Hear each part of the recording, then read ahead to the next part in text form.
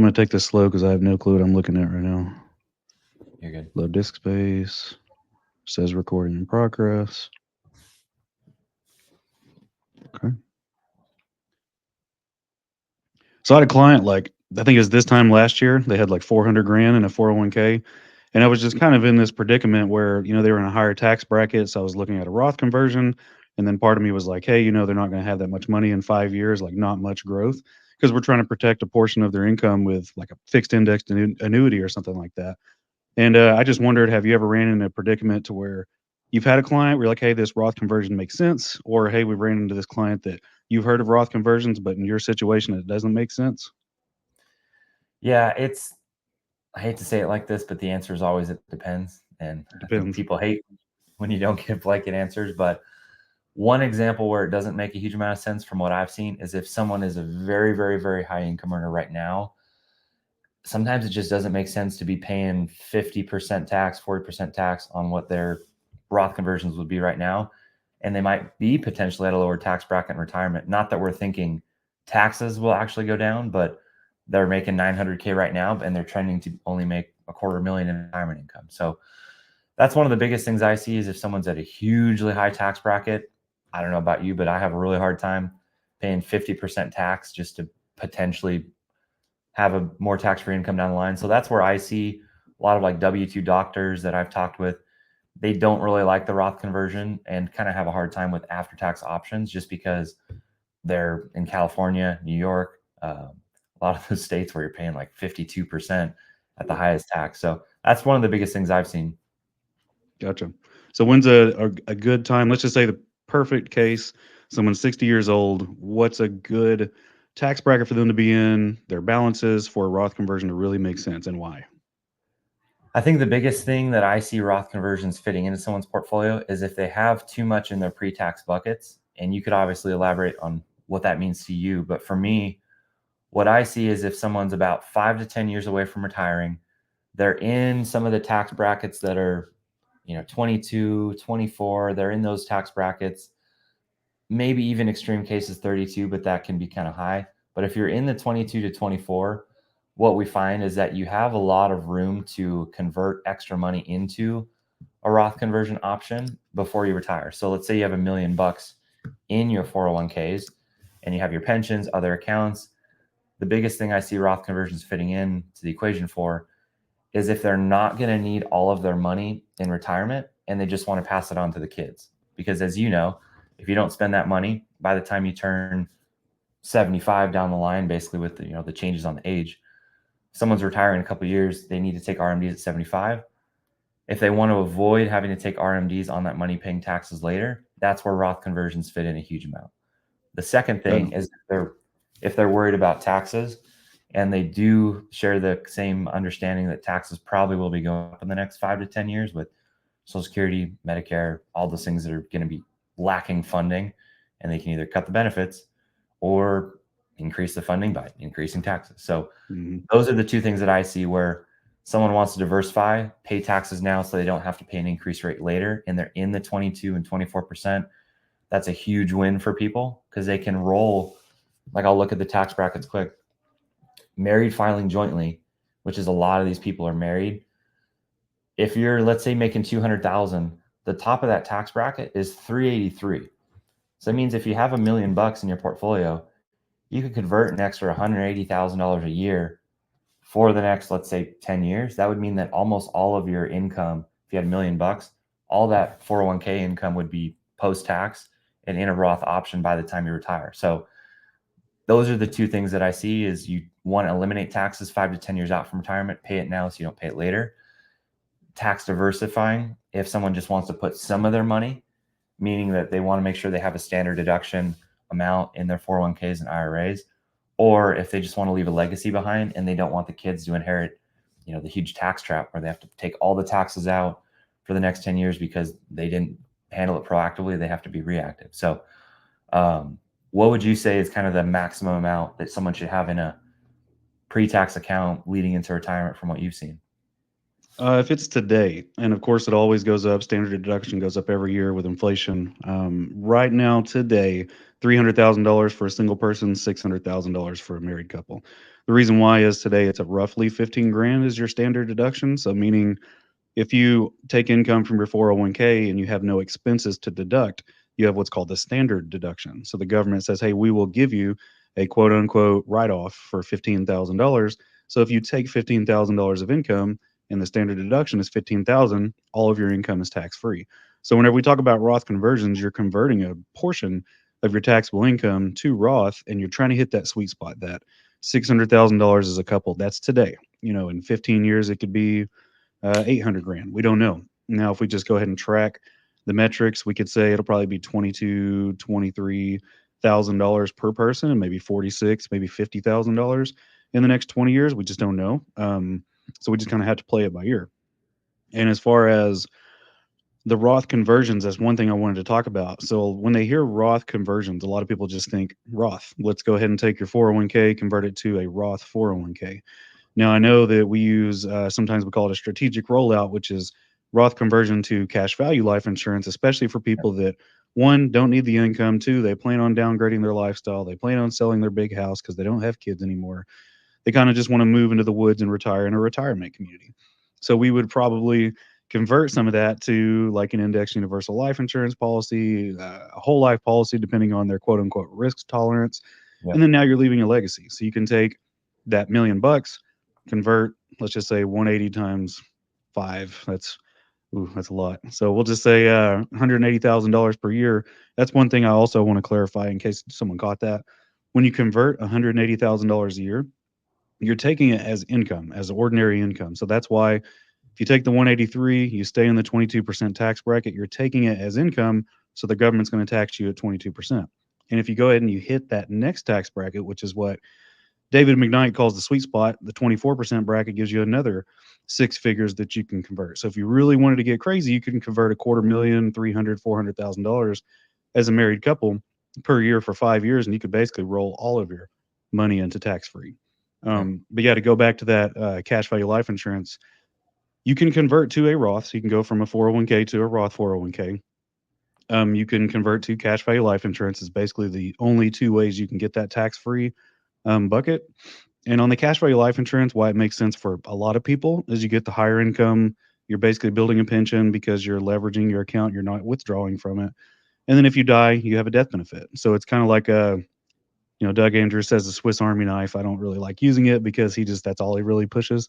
And we're not about that life. But I would say as like a holistic plan, me personally, since you brought it up, as a married couple, you want 600 grand into IRAs, 401ks, TSPs, 403bs, all that pre-tax nonsense. Hmm. And then everything else you want it put into Roth 401ks, Roth 403bs, cash value life insurance, stuff like that. Because from a holistic approach, if you can get 15,000, well, $30,000 as a married couple from your 401k tax free, and then 40,000 from your IUL tax free, and then $30,000 from your Roth 401k, you're basically not paying taxes. So during retirement, Uncle Sam doesn't put his hand in your pocket. The RMDs basically go away because you're going to be taking that income anyway from your 401k. So overall, it makes more sense.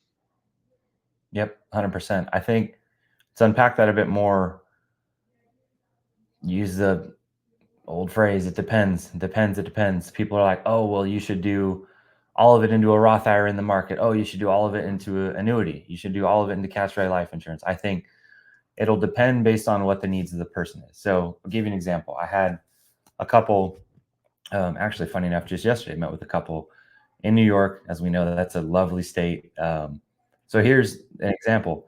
They have about 1.5 million in all of their pre-tax buckets right now. They're about 3 years away from retiring, and they're business owners. So they have a little bit more flexibility with deductions. But what we ran into is we were going over Roth conversions with them, and I uncovered that they were actually going to be potentially retiring out of state. So I'm like, okay, well, might not make sense to be converting a huge amount of income while you're in the state there because you're going to be paying higher taxes, as opposed to if you did move out of state in a year or two, you should probably start converting then. So I think the biggest thing I would just elaborate on is it's nice to have the option to be able to convert, but you don't have to exercise it. So I'll give you another example. We had another client who had a lot of money in the 401ks, IRAs, all the pre-tax buckets, and they did not necessarily need life insurance. What they needed specifically to their situation was they had all the money in pre-tax, they had their pensions, and all they wanted to do was set up a secondary bucket that was number one, protected against the market and protect against future taxes. So for them, they already had a whole life in place that was, I think it was like 100 and some thousand cash value. We weren't going to go replace that because it was doing well and it served the needs of their want. See, it served the needs that they had of a death benefit. So for them, all we did was we repositioned about 30% of their market-based portfolio into an annuity. But here's the cool thing. As you know, annuities can help increase the income from all their other retirement assets because it's number one, a place where they can pull money from when the market's down, so they don't have to lock in losses. And number two, they can slowly convert that over the next 5 years before they retire. So it ends up being tax-free and protected against market losses. So my whole point is sometimes we use the annuity because you get a fixed interest rate. The fixed interest rate will pay the taxes a lot of times for the conversion. Or if someone wants to do the Roth IRA and roll out into some cash value life insurance because they want the initial flexibility for loans, they want the tax-free benefits, they want more of the life insurance style versus just the annuity. Everyone has a different need. But that's some of the things that I've seen from the clients I've sat with just this week.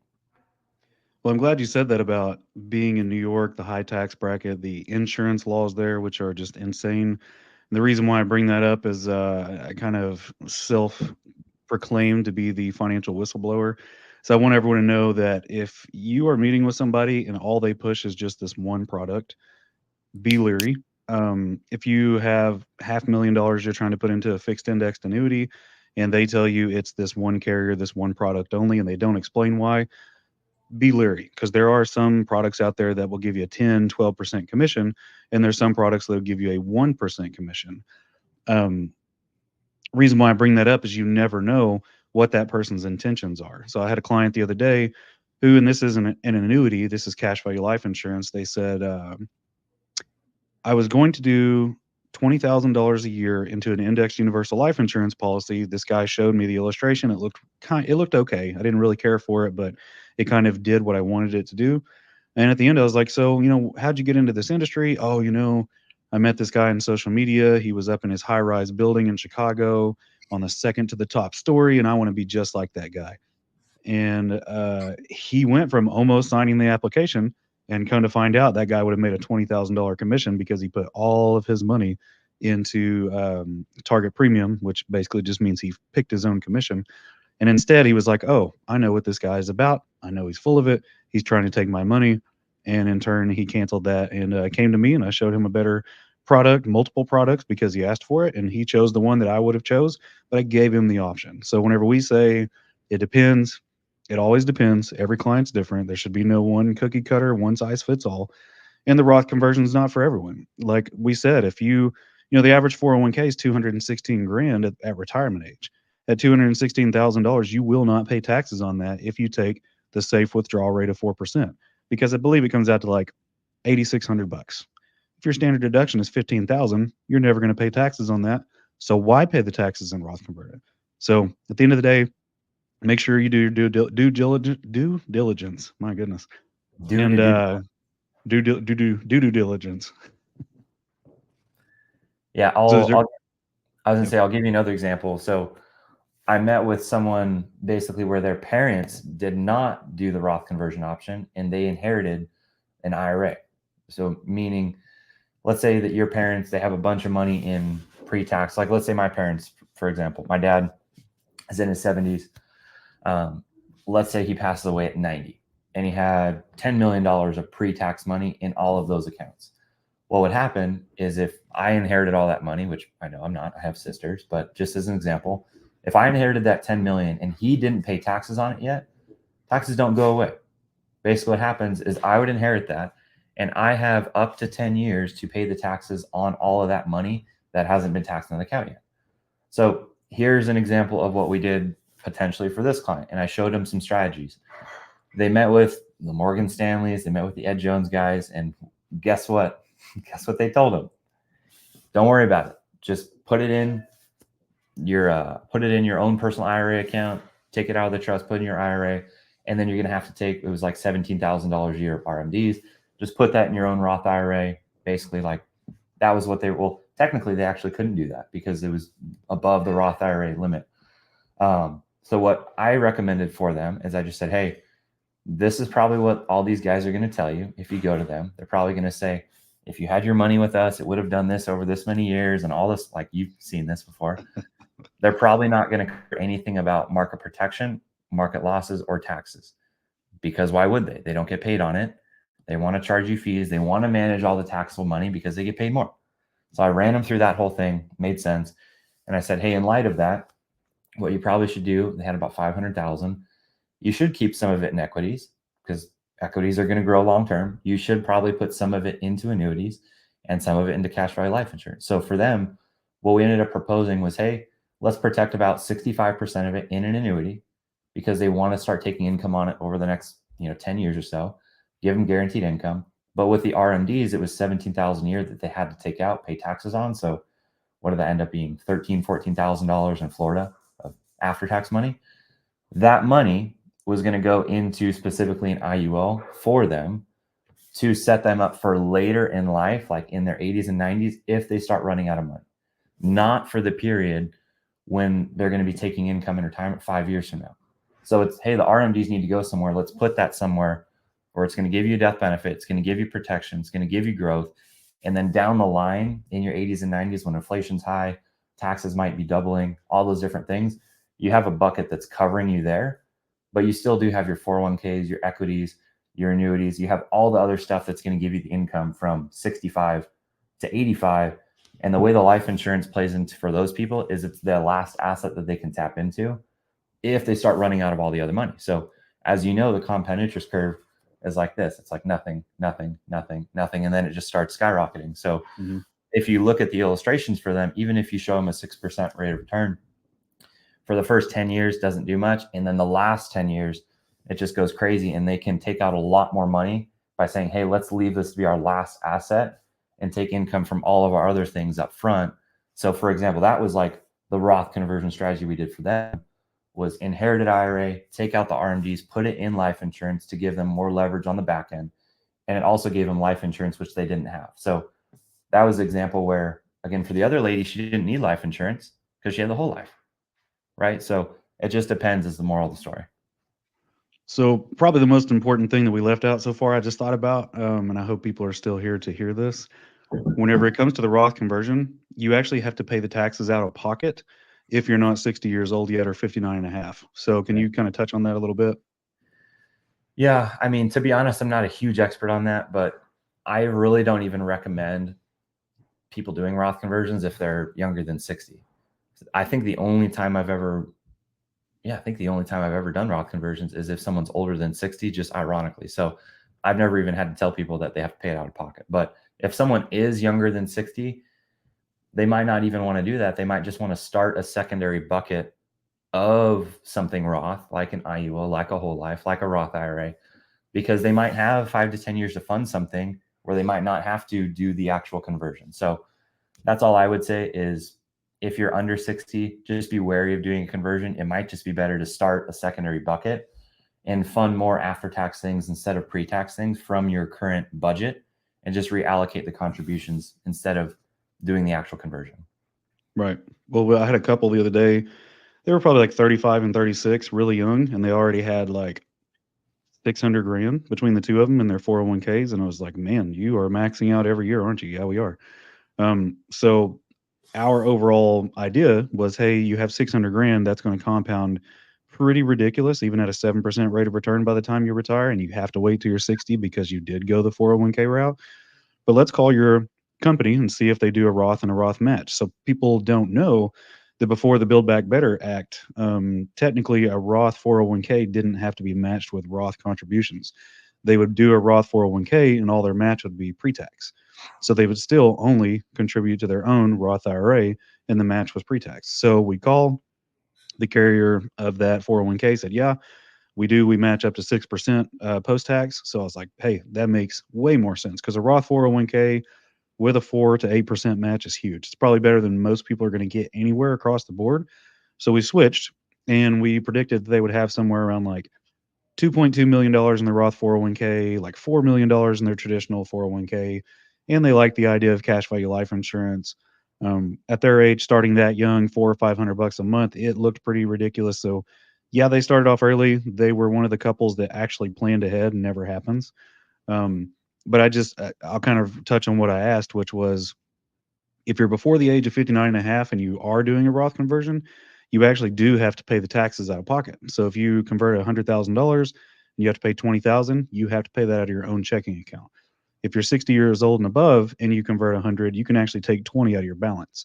So now there's nothing, no skin off of your hairs or head. So if you are looking to do a Roth conversion and someone tells you to do it before the age of 60, just know you do have to pay it out of pocket. And most people can't afford that, especially if you're doing $180,000 and you're having to pay $30,000, $40,000, depending on what state you're in.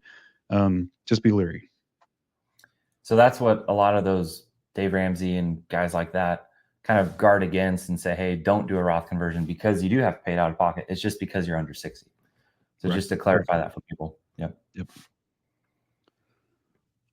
All right. Well, that's all I got. Do you want to shift the sentiment to something else and film like another 20 minutes and just get two podcasts in one? Or do you think the one's good? We'll see how it works out and kind of look at it and change what we want to change. I mean, is there anything else that's hot on your mind? I think that's always the stuff that is easiest to talk about, where you're just thinking about something this week that happened. No, nothing really. I was thinking about like going over annuities, but I feel like that's going to be a solid 30-minute podcast to just sit down and talk about MIGAs, A to Z, when to use it, when not to use it, SPIAs, A to Z, when to use it, not to use it, all that good stuff.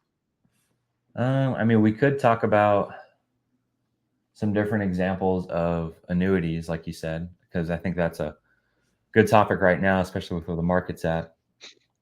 So we can maybe just do a high level part one annuities and then go the next time part two and really dig into it when it makes sense and what to look out for.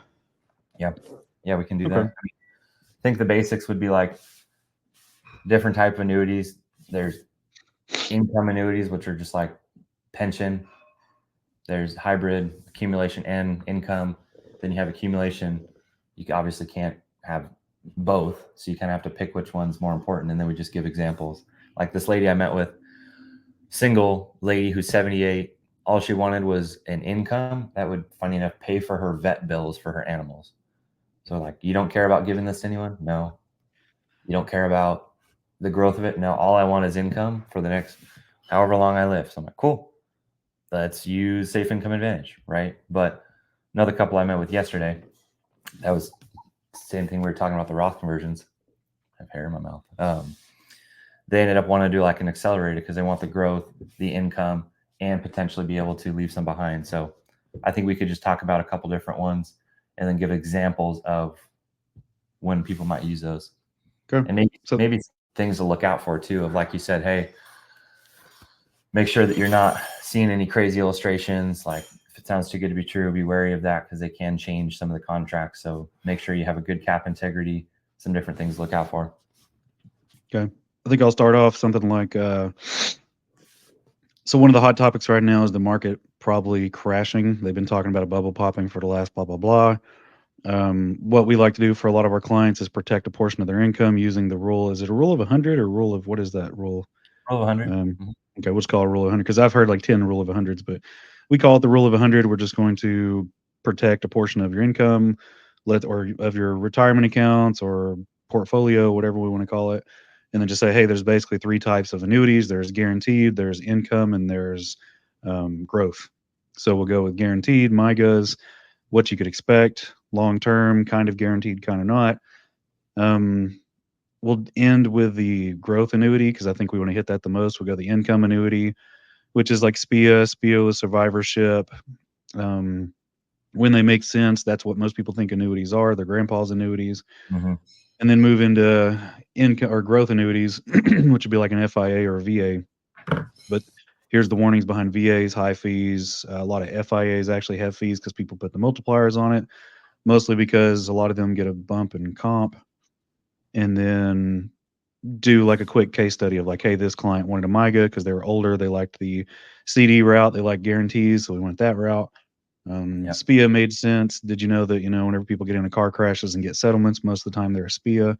That way they can take the income before 60 and not have all these rules attached to it.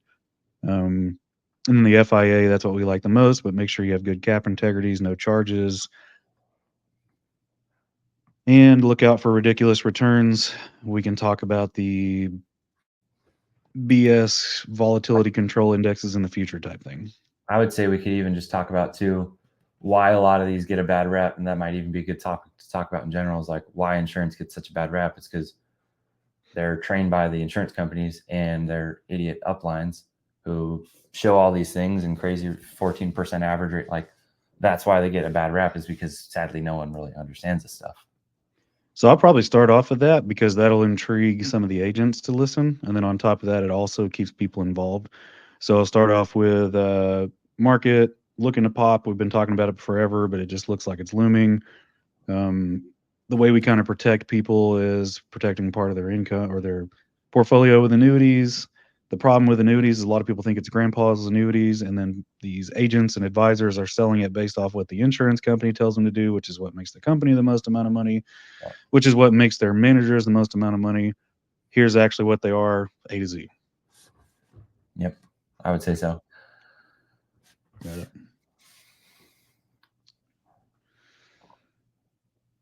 Okay. So I don't know if you remember, I'm actually in Rob Bailey's CCV, Clear, Calculated, and Vicious group. He's been having me talk for like 5 or 10 minutes every day on Mondays whenever we have our calls. And he's like, "Hey man, quit giving me all the gloom, all the sad stuff. Like, give me some positivity." I'm like, "Man, look at look at the world right now. Look at the country. It's insane. There's not a lot of positivity." So I kind of make stuff up at the end. I'm like, "Oh yeah, this is positive." So like I don't want to get too doom and gloom, but man, the market looks like it's it's posted up by the Magnificent Seven, Magnificent Eight, whatever you want to call it. I believe it's going to pop soon. So really, annuities have looked great right now. Fixed index annuities, SPIAs, MIGAs, all those good things.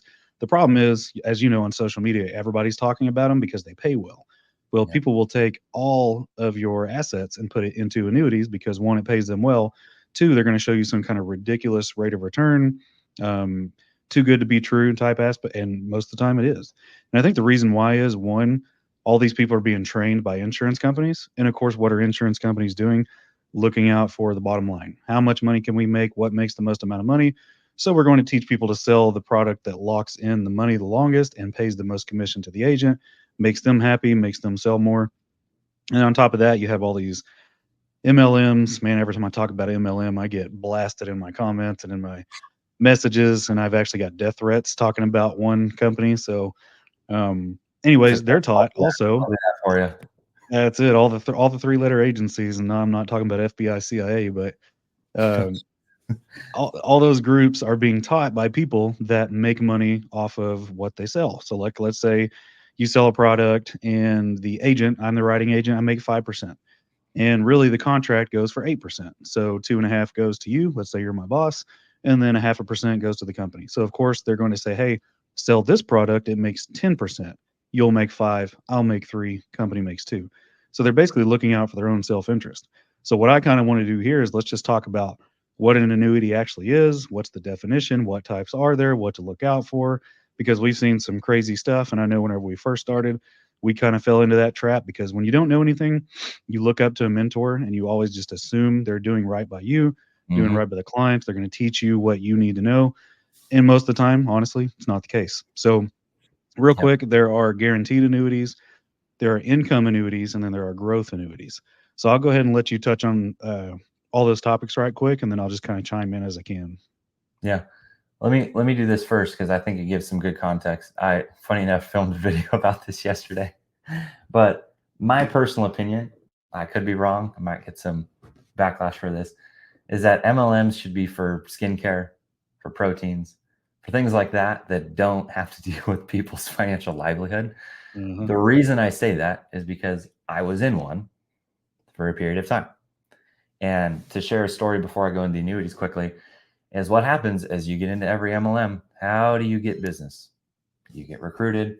They say, hey, let's go talk to all your warm market, because if you open a business, who do you want to know that you open a business? Your family and friends. You want to show them, you want to get their feedback. And trust me, I could go for years on all the language, right? You, anyways, if you open up a restaurant, you want people to come see the food, taste it, get your feedback, opinions, because they either might become a recurring customer or they give you referrals and tell someone else about it. We all know. Anyways, I digress. So what happens is when you are trained in these systems, a lot of times, and I'm not saying everyone, there's a lot of really good people out there in these companies that I know personally. But the generality that I've seen is that people are trained in a way, like Dustin said, that makes the agent, the agency, and the insurance company the most amount of money because their commission levels are so low. They have to do that to make a livelihood. So what I found out is as I start getting more educated in insurance, annuities, all these different things, is that there are certain ways that I wasn't comfortable doing my business, especially because we were going and talking to all my family and friends, which guess what? I just found out we basically like screwed all them over, right? So that's where I came from, and I was not comfortable with that. So guess what? I started educating myself with outside people like Doug Andrews, McKnight. I went into the rabbit hole of all that because I wanted to make sure that the people I was writing up, which were my parents, my family, my aunts and uncles, I want to make sure they were taken care of, because imagine them coming to you 20 years later and say, hey, I got no money in this. Like, what did you do to me? I personally can't sleep with that. So Yep. I left that company and I became independent, went to some different companies after that. But the reason I just share that is because that is, I think, a huge problem in the industry. It's not that insurance companies are evil. It's that agents necessarily don't know what they're marketing and they don't know what can happen. So they're unknowingly lying to their clients. And it's not really their fault because they were trained by their manager who was told a certain way. They were told a certain way, and they just are told not to ask questions and be coachable, right? We've heard that. Mm. So they either don't know what they're doing or they do know. Like this example, I had talked to a guy yesterday who has been in the industry 30 some years, with a company that has green, green and white lettering. Probably know what that is. It's another three-letter company, and was telling people that they would make 14% average inside their life insurance, which, as you know, if that was the case, that's higher than what the market does. That's really weird. Mhm. So I give you that story because it's not that insurance companies, annuities are evil. It's that the agents who use these generally don't know what they're doing, or they do know what they're doing and they're lying to you. So neither of those is good. I Yep. digress. Going back to annuities, there's a couple different types. We talked about guaranteed annuities, fixed index annuities, variable annuities. The really one that we focus on a lot is different types of fixed index annuities, which all that means is you have a bucket of money. I give the analogy of if you're bowling, imagine you're bowling with the bumpers up. If you bowl with the bumpers down, you're going in the gutter sometimes, you miss some frames, you don't get pins. That's like having negative years in the market, because then you have to spend the next frames trying to get strikes and get home runs to make sure you're recovering for those bad frames. But imagine if you have the bumpers up, you're basically making sure that you always get something, whether it's like the roll up rate or the interest in the market. That way you're always moving in a positive direction. So that's how fixed index annuities are, is just meaning that if you have a guarantee in your portfolio of a certain amount of income, a certain amount of interest, it takes stress off of the rest of your portfolio in terms of needing to perform. Because if you have a guarantee, then you can just let that money cook and keep doing its thing in the market and let the guarantees give you the guaranteed income that you need. So I really like the fixed index annuities, and we can kind of go over maybe the three kinds of fixed index that we've seen, of ones that are like a pension for the rest of your life with very low growth or almost no growth, very high income. There's hybrid ones, which give you a good income and good growth, a little bit of both. And then the accumulation, which is really no guaranteed income, but gives you the highest growth, highest potential for, long-term growth in the market. Right. Yeah. And real quick, whenever you hear the word annuity, you're probably thinking of grandpa's annuity, where an insurance company takes all your hard worked money, all you saved for 45 years. They take it, they give you guaranteed income when you die, whether it's tomorrow or in 20 years, they keep all your money. That's what we call a SPIA, or a single premium immediate annuity. And they're not all like that. That's just what people think of. The word annuity, if you define it, really is like an annual amount of income or an annual amount of interest credited. So if you're talking about a MIGA, a multi-year guaranteed annuity, that's the guaranteed annuities we're talking about. You can expect like CD like returns. So if you put $1 million into a MIGA. And I have clients that want MIGAs because it's guaranteed. Their old school way of thinking. I want a guaranteed rate of return. So that's $50,000 per year every year, guaranteed as long as you're in the contract period. So let's say you do a 7 year MIGA. In those 7 years, they'll guarantee you 5%. Now, when that 5 year or that 7 years is up, they might readjust and say, hey, rates are down. So we're going to give you a 4.2 unless you re up at the 5 or the 6. Sometimes you see them at 6, 7. So when the market was really down, I saw them somewhere around 6, 6.5. That's a MIGA. It's guaranteed. Once again, it's just like a CD. If you talk about a SPIA, single premium immediate annuity, a lot of people use these with survivorship. So, like, let's say husband and wife have no kids, they don't want to leave their money to any kind of business or whatever. So what they'll say is, hey, I want the most amount of income as possible, and then whenever I die, there'll be a little step down. So let's say you get $100,000 a year of income. When I die, I want my survivor or my wife to get $80,000 a year. When she dies, all the money goes away. Insurance company keeps the money. That's really the only time it makes sense. The other time that SPIAs are used, a lot of people don't know this, is whenever let's say you get in a car wreck and you get a settlement. What they don't want to do is they don't want to give you the money, you blow it, and then you come back and sue them and say, hey, you didn't give us enough money. So what they do is they throw that, once again, we'll just use $1 million into a SPIA, and they'll guarantee you 5% income with a cost of living adjustment or a COLA. So you'll get $50,000 the first year, 52,000 the next, 54 the next, and from there you never run out of money. So a lot of these settlement companies will say, "Hey, we'll settle your annuity." So what they'll do is they'll buy it from you for a reduced amount for 700 grand. Hey, we'll give you 700 grand today. We'll buy your annuity. That company knows in 15 years they broke even, and now they're going to make money on that annuity as long as you live. Um, so that's the SPIA. The growth annuities, you could have FIA or a VA. We'll start with VA because they're kind of trash. Variable annuities, like, why have an annuity that's going to lock your money up for 10, 14 years if you're not just going to be in the market and get the full upside? To me, it doesn't make a lot of sense. The fees are super high, the expenses. You're limited on what type of indexes you're in. Why would you do that? Why not just be directly in the market? And then you have FIAs, fixed indexed annuities, kind of like you said with the bumpers bowling.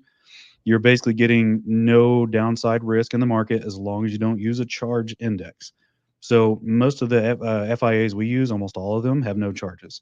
So as long as you keep the account for the time period, so let's say you do a 10-year FIA, you keep it for 10 years, there's no charges. If you keep it for 14 years, depending on the FIA, there's no charges. So 0%, the market crashes for 10 years straight, you'll still have your balance in your account.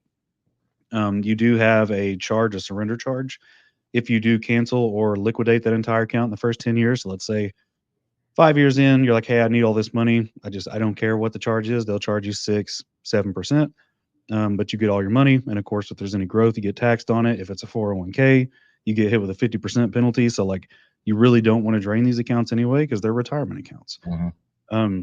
With that being said, on the FIA space, you know it a lot more than me. I'd call you the FIA king. If I was talking about IULs, I'd maybe say I know a little bit. But go ahead and talk on the different types of FIAs. Maybe a bit. I'm gonna get you a shirt that says IUL King. Hey.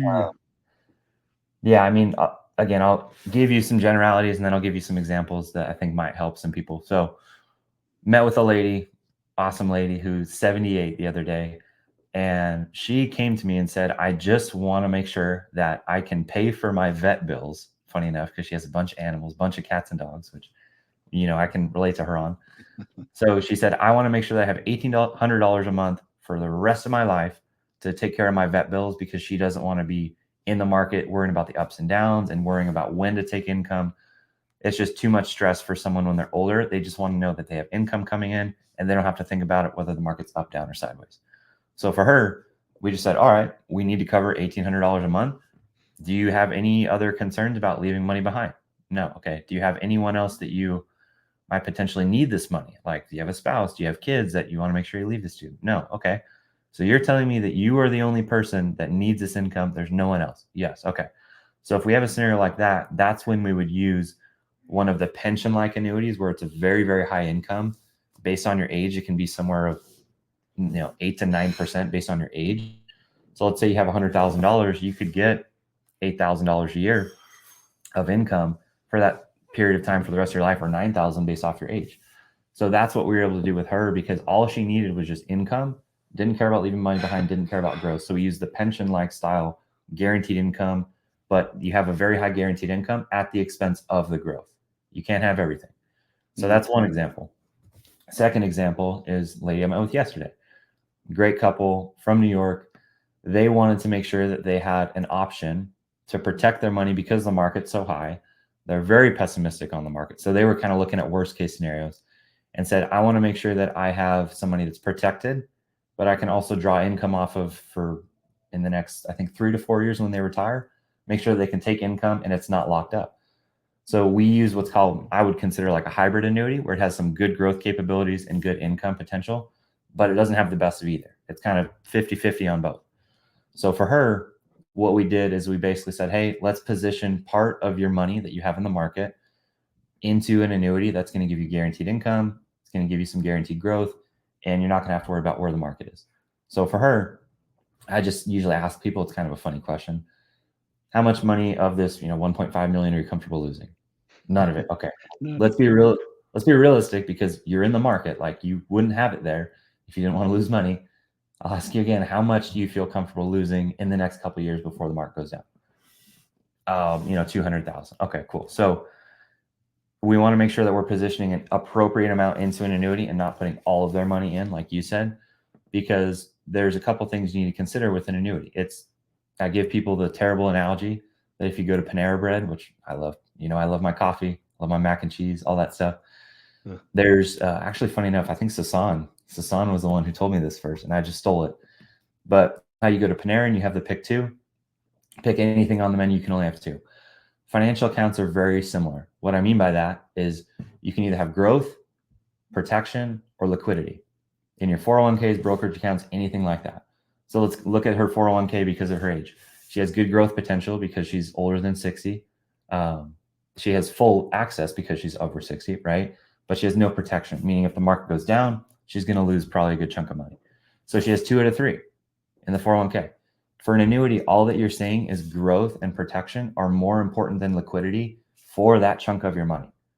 That's what you're saying. So it's like, hey, Mr. and Mrs. Client, this $700,000 that you're wanting to allocate to an annuity for guaranteed income, things like that. You have 10% access for the first 10 years if you need it. Are you telling me that you never foresee needing more than $70,000 out of this account?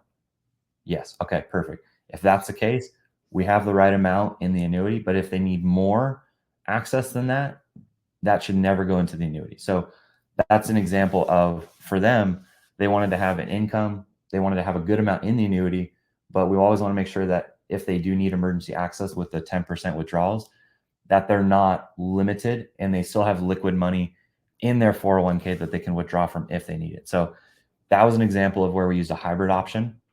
You're typically like 5 to 10 years away from retiring, want protection, want guarantees, but you're giving up a little bit of access, which most people are okay with because we still have money in the 401ks. And then the third one, which is probably our favorite, is just if you have a portfolio and we know we get to retirement, it's usually about 60-40 in terms of bonds and equities. You just take out the bonds, put an FIA in. As McKnight talks about, you can increase the rate of return while minimizing the standard deviation of the portfolio. So all that means in layman's terms is that we have more growth and we have more clarity of where the account's going to be at a given time because we don't have any wild swings in the market. And guess what we found is that when you have more clarity of where your money's at a given time, you have less deviation and even potentially going back to Roth conversions, maybe even potentially less taxes. People can sleep way better because they know exactly what the retirement picture is going to look like. So that goes back to just how can we help people in retirement better? We give them more certainty because if people are uncertain, they are worried, they're stressed, they're rolling over, waking up in the morning, looking at their phone. Is the market up, down? Did bombs go off somewhere today? Like that's the stuff they're worried about. But when you have increased certainty by using insurance and annuities, life insurance, all those different assets, that's the whole point.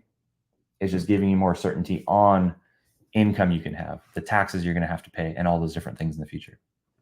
So I got a couple questions wrote down here. And the first one I want to hit on because we hear this more often than not. I have a financial advisor. He's not going to like this. Let me go talk to him. And I have a pretty good idea of what you're going to say. Let me tell you what your advisor is going to say. Can you kind of give that spill? Okay. So I got this. I've stolen every line, I think, from someone in our career. But I basically just tell people, hey, Tustin, let's role play. How does your financial advisor get paid? I guess he gets paid off of how much money I have with him. Okay. Yep. And do you know like exactly how much that is? Have you ever looked into that? Mm-mm, nope. No. Okay. I don't want to speak for him, but usually it's around 1.5 to 2% in terms of expense fees and management fees. So again, I go from the point of telling a story of a client I just met with. I just met with this guy. He actually worked for Campbell's, like the goldfish company. Awesome dude. He was retiring and he had his Ed Jones person that, guess what? He was wanting to retire, talk about annuities. He went to his Ed Jones person. First thing is his Ed Jones person was charging him 3% a year, which Mm. is a crazy fee. And the second thing is he went to him asking about annuities. And guess what type of annuity he pitched him? A variable annuity, right? So I go back to kind of our role play in the question of what would your advisor say is the way that your advisor makes money is by charging fees on the money they manage. So the thing that they're generally not going to do is number one, they're generally never going to be okay with you taking money out of the market to put into different insurance products because they don't make their management fee on it anymore. Let me tell you how annuities work. You usually make 5 to 7%. So let's do the math. If they have a 3% management fee, they're basically taking 2 years of their income, putting it into an annuity if they make 6%, and they're giving up the right to make money on that for the rest of your life, which last I checked, you were going to live another 30 years, right? Yes. Okay. So again, back to my point, advisors are great, but they are a for-profit company that's trained by the institution they work for, that they have a specific list of things that they can market and do and not do. And if they don't, if they do some of those prohibited things, they're actually fired. So what we find a lot of times is your advisor will never show you how to pay taxes now and take tax money out of the portfolio to turn it into after tax because they take a 30% pay cut if you do that. Second thing is they probably won't ever show you annuity options. And if they do, they're not very good ones because they lose the management fee on it. So I'll just be like, hey, getting back to my main point, your advisor, do you feel like you would trust them to give you accurate information based off of the way that they're getting paid specifically for that? They're Mm.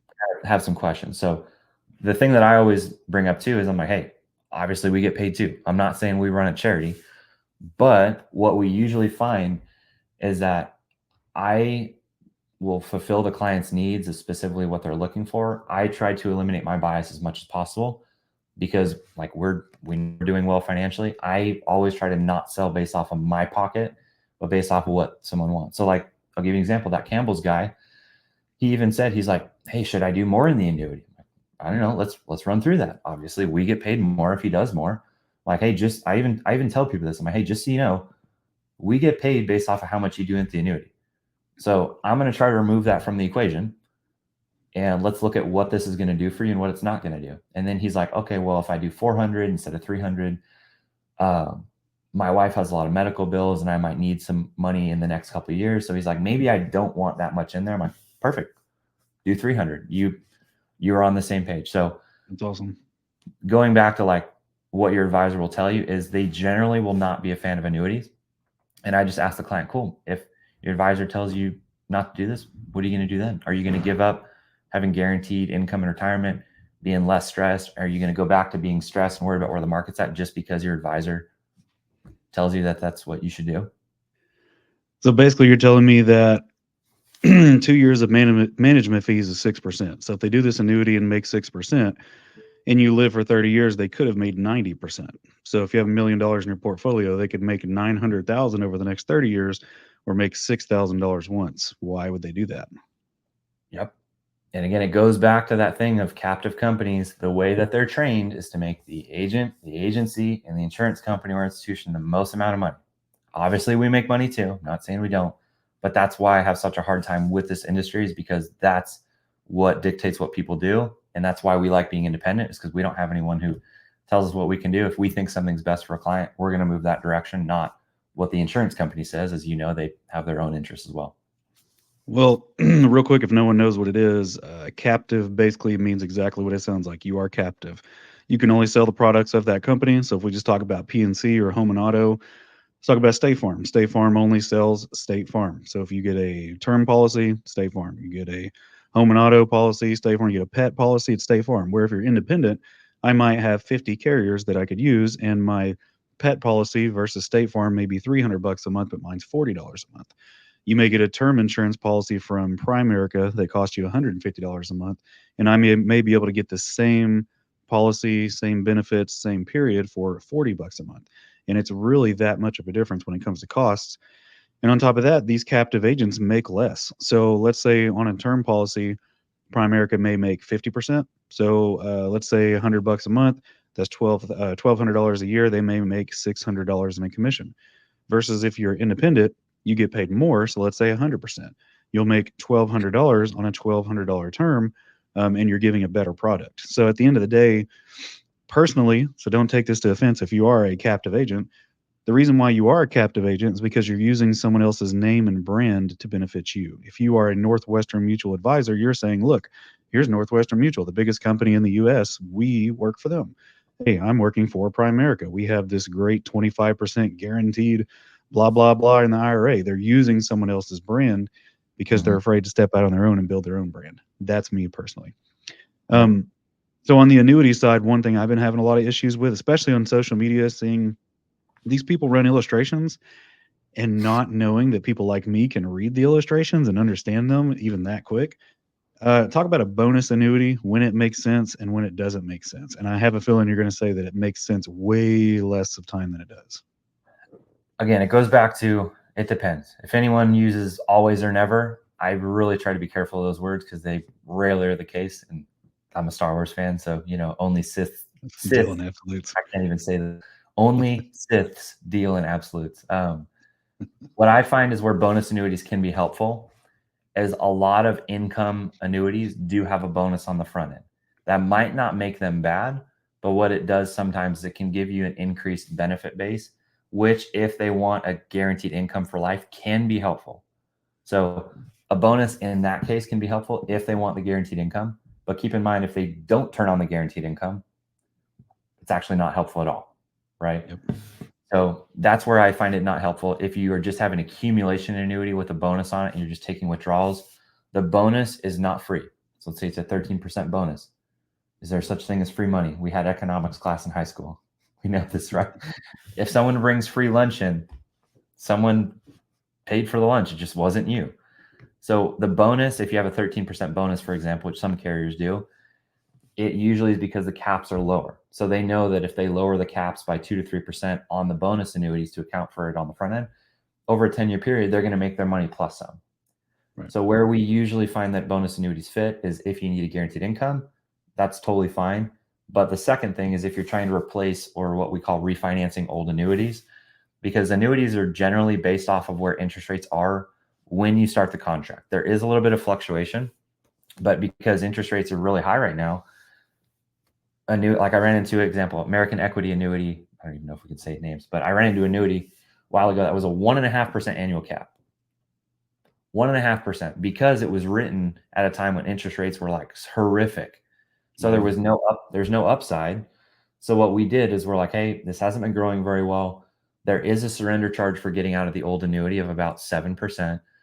Are you okay if we use a bonus product, which might give you 11, 13% to cover the old surrender to get you into a contract that has higher caps to get rid of that 1.5% cap? So they were okay covering that surrender, having a 7% cap instead of like I think it was 8.5. But that's typically where we find it is replacing or refinancing old annuities that are really low interest just because of when they were written. Got it. Well, I know one thing I brought up at the beginning that I almost forgot was if you get a too good to be true illustration, what does that mean and how can they do that? How can a company come in and say, hey, we are going to beat the market by 7% or 20% per year? Our favorite conversation. Basically, what happens is there's a lot of different indexes in these fixed index annuities that you can participate in. And what they do is they do a back testing, which all that means is they say, if you had this index for the last 20 or 10 years, let's say, this is what you would have made. You would have made 14% average, which if I went back over the last 10 years and picked something, I could find an index that did 600% because I could put NVIDIA. I could make a Bitcoin index and like, hey, we got 600% growth and look all. So back testing is kind of what they do to say, hey, if you had used this index in the past, but the big caveat they don't tell you is past performance doesn't indicate future performance, obviously. So what happens is they use these indexes that look really good on paper, and they can also illustrate really high to the point sometimes we're seeing that they get a 20% average rate of return, which means that their money is doubling every 3 years, basically, right? So we see that a lot. If you see anything that's like 30% rate of return, 40%, or even worse, if you see 50s on the illustration, like per year, run for the hills, because that person, again, going back to what we said before, either is lying to you unintentionally because they are ignorant, which is not good, and you should not work with them, or lying to you on purpose, which is even worse. So what we usually find, again, going back to it, is your annuity is probably going to average 5-6%, but you're not going to be seeing these crazy high rates of return because it's a bond replacement. It should not be an equity replacement. Right. And I want to really reiterate something. I'm not saying a volatility control index or VCI is bad per se. The reason why is we've seen volatility control indexes do 10, 15, 20% a year. But you have to understand what a volatility control index is. What it is the bond price, or not the bond pricing, the options pricing on these are so much cheaper. So whenever it comes to, let's just say an FIA in the S&P 500, let's say that option cost $1. They can go buy that option, sell it, make a profit, give you whatever return up to a cap, and they keep whatever's above it. So let's say they have a JP Morgan Chase option, and that option costs 10 cents. So they can trade 10 times as much for how much the S&P costs, so they can actually give you a quote unquote better return if they do a good job. Um, the thing is, what they don't tell you, and what 99% of these agents that are in my comment section DMs don't understand, yes, it may have worked today, but tomorrow it may not work. Next year, they may drop the participation from 200% to 20%. They may drop or raise the spread from 1% to 10%. If you don't know what any of that means, it basically means if they introduce a new index and they say, hey, we'll give you 200% participation. So JP Morgan does 10%, they're going to let you participate 200%, so you get a 20% return. That's great, and it might actually work for 1 or 2 years. But what they will do is they'll reevaluate and say, hey, we're making too much money for the client, or like this is now the options are going up and they're costing more because we're doing so well. We have to drop that. So now the participation is 20%. So you earn 10%. Guess what? You get credited 2%. So as long as someone is actually paying attention to VCIs, they're watching the indexes, they're staying on the company's radar, getting the emails saying, hey, this index will drop the participation to 50%, the spread will be 8 instead of 2. If you're on top of that and you go back in and you change indexes every year with your annual reviews, don't stress about it too much. But what I'm saying is, why would you play the gambling game with something that is supposed to be volatility control and protected? So there was somebody I really trusted, went on a couple of their podcasts, and I set up a policy, an IUL policy, 7702, max funded, even term blended it. So I made it as cheap as possible. She went in and told my client that I did not have it in enough indexes. The S&P 500 was not good enough. There should be 20% in the S&P year to year. There should be a 20% in the month to month. There should be 20% in the fixed account. There should be 20% in 2 volatility control indexes. And she canceled my client's policy and replaced it. The good thing is I wrote it so well that there was no chargeback, because within 2 months everything was paid up and they were earning cash value. The negative is, all I'm trying to say is, people will go out there and try to one up. They'll always one up. I could always replace basically any policy, any FIA, anything. I could look at it and say, this is where it's wrong. Let's replace it with this. The problem is 90% of the time you could get away with what it is. So whenever someone comes in and says, hey, this is wrong, let's replace it for this, really make sure you understand why. Because there's a thing called churning business, to where you may write an FIA fish and it's doing well, has a high cap, 12%. All of a sudden that cap drops to 10%. Well, they'll come in and say, hey, your cap dropped 2%. Let's replace it with this bonus annuity. You get a 20% bonus, which means you'll get a 20% bonus minus your 11% surrender charge. So they'll sell you on all this beautiful, shiny objects. But what they don't tell you is everyone's caps dropped by 2%. So really, you have to, one, trust your advisor, trust but verify. Two, just watch out for slime balls. So have you ever ran into anything like that before? Yeah, I was, while you were talking, just looking at annual statements that people have sent me from the past of old annuities and stuff. one of the biggest things I see is, like you said, those big volatility control indexes, the rates can change quite a bit. So for example, I was looking at one, it's not horrific, but just an example. One changed from 110% last year to 90% this year, which that's not a big difference. But if you saw one that went from 110 to like 30%, and then they introduce a spread, which means you have to make more than the spread to basically make money, that's when you start getting into dangerous water. So I don't see a lot of people doing it intentionally of like, hey, let's go intentionally replace this business because your cap's dropped and you can make more money here. I hate to say it, but I sadly see people do this where they don't know they're doing it. Meaning they're like, hey, we could get you an uncapped strategy. But why did the person put you in a cap strategy? We could give you an uncapped one. They're like, okay, well, let's walk through that. What is the uncapped strategy? Oh, you get 140% participation in this index. Okay, what's the index? Oh, I don't know. Okay, like, okay, do you think you want uncapped? If I could give you uncapped growth in the Hang Seng, like in the Chinese stock market, would you take that? You'd probably be like, no, I would not take that. So my point is it depends on what you're participating in. Like if you have an 8% cap on average in the S&P, that's going to do really, really well over time compared to an uncapped strategy in some index that's not performing. So Well, since I'm deep into the social media world, I'm going to go ahead and do another whistle blow. Look out for content like this. So there's this lady, she works for one of those three-letter agencies. Her opening line, her hook for her video was, I made my client $2 million in 5 minutes. What did she mean? She was rolling over $10 million of an old IRA into a 20% bonus product. 10 million bucks, 20% bonus. I made my client $2 million in 5 minutes. She had hundreds of thousands of likes, tens of thousands of comments, and in that was comment FIA. If you're interested, 90% of those comments were FIAs. So that scares me because you're putting somebody into a 14-year contract with a 20-year bonus that they don't even need. And I think this person was in their 50s, which, whatever, 50s, 60s, 40s. But to roll that much money into a bonus product is insane. Once again, as Fish said, the only time a bonus really makes sense is at the end of your working years where you need that bump and you want the income, or two, replacing an old trashy product that's underperforming.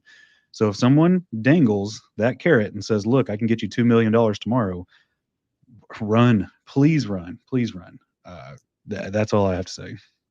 and let's go into that a bit more too, because a lot of people are like, "Whoa, like you're not telling the truth. Like there's more." So again, nothing's free. If you do the math on the bonuses, the bonus you can't even take out of the policy or get a benefit from unless you turn on the guaranteed income. Which, to be honest, most people don't know this. They think, "Oh, you get 20% bonus for doing this." Most of the time, it's only on the benefit base. And what happens is if you have really high growth, or sorry, a really high bonus, let's say it's 20%, again, the caps get lowered by about 2 to 3%, which might not be bad, but let's do the math. A 10% cap compared to an 8, that's 20% less. And if you do the math, I could show you guys spreadsheets on this, is you will make 20% less over that 10-year duration. So all it is they take the bonus and they say, hey, we're going to make it up on the back end. You cannot walk out with that money. You have a really high surrender, because if you have a 20% bonus and the commissions and stuff like that, I'll bet you that product probably has a 14% year one, which again, they don't go into any of this stuff either just because they don't really know, or they're not, they do know, and even worse. But that's what I find is they're like, hey, I made you 20 million, or I made you $2 million in 5 minutes. No, you didn't. The benefit base, which if you turn on income, gives you a 20% bonus on the income. It's Right. not, So in 15 years, you have to turn on a 1% or 2% income based charge to get your 20%. And if you never turn on the income, you lost that high end cap just to say that I got this bonus that you never really got. which by the way, again, if you unravel all the math and the fees and the bonuses and the income riders and all this type of stuff, if you're making 6%, that annuity probably has, let's say because I think I know what annuity it is, it's probably 1.25% fee. So if let's say you're making 6 on average, which is, you would be a god if you're making 6 in annuity average all the time, you're actually netting 4.5. And then let's say they drop the caps 5 years in or something happens, and now you're stuck because now you have a very, very high surrender where it's another 10% they're going to whack you. if you get out of the contract. So what I find is almost all of these annuities that we help refinance for people are big bonus ones that have a high fee, and they were put in some volatility control index because they were shown how much it performs. Oh, you're going to have 30%, 40%, all this stuff. You're going to beat the S&P. And then they get 5 years in, and what did that other client the other day say? My money hasn't done anything in 10 years. Mhm. Why is that? Let's unpack that, because it's not that annuities are bad. It's that let's understand why that actually happened, because it's not the annuity. It's actually the agent who wrote it didn't know what they were doing, because they put you in a bonus, which lowers the caps. They also put you in a product, or they also put you in an index that was not performing, that had a fee. So you're making 2% and you're getting charged 2%. So you're making no money for that 10-year period because they weren't doing their annual reviews with you, which they weren't. Otherwise, they would know and they would stop Mhm. selling these products, because we've done that. We've done that. We've done annual reviews and we're like, holy cow, this is not performing. We better fix this thing ASAP. So Yep. that just tells me that these people aren't doing annual reviews, is more of the story. But those people now come to us and are like, hey, can you help us? Oh, I don't want to do an annuity again. It's like, well, an annuity was not the problem. How about if we had something that had no fees, that had stable caps, that didn't change, in a product or an index that actually performed? How much better off would you be versus like all the smoke and mirrors that people put up? Yep. So, moral of the story: three types of annuities. If you want guarantees, you can get 5 to 6% right now.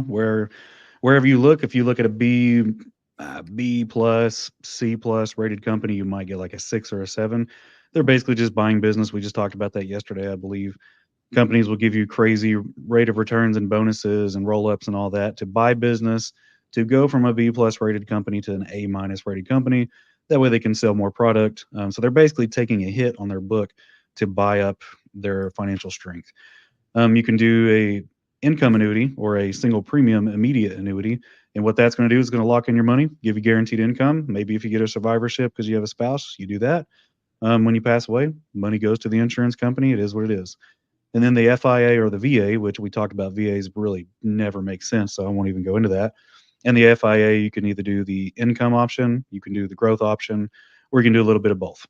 So, yeah, if you have any kind of old 401ks, 403bs, TSPs, you're getting to the point where you can retire. There's 457s and other accounts where you can retire before the age of 59 and a half. If you're at that point, you can retire. You can also utilize an FIA. And if that's something that you want to do, hit us up, see if we can help you out. Absolutely. Sick. Now I can end recording before my camera catches on